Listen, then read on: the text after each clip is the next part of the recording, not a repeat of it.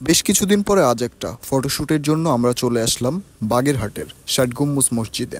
ফটোশ্যুটের জন্য ষাট গম্বুজ মসজিদ অনেক দারুণ একটি জায়গা, আর এর একটি বিশেষ কারণ হলো এখানে পর্যাপ্ত খোলা জায়গা রয়েছে এবং আপনারা সকলেই জানেন যে ফটোশ্যুটের জন্য ব্যাকগ্রাউন্ড একটু দূরে থাকাটা অনেক ইম্পর্টেন্ট।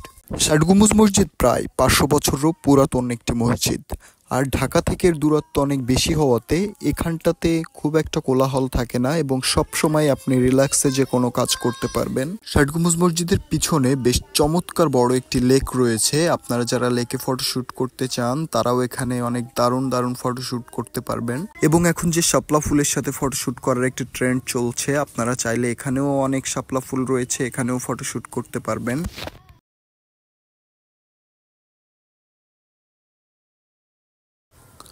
বাট সবাইকে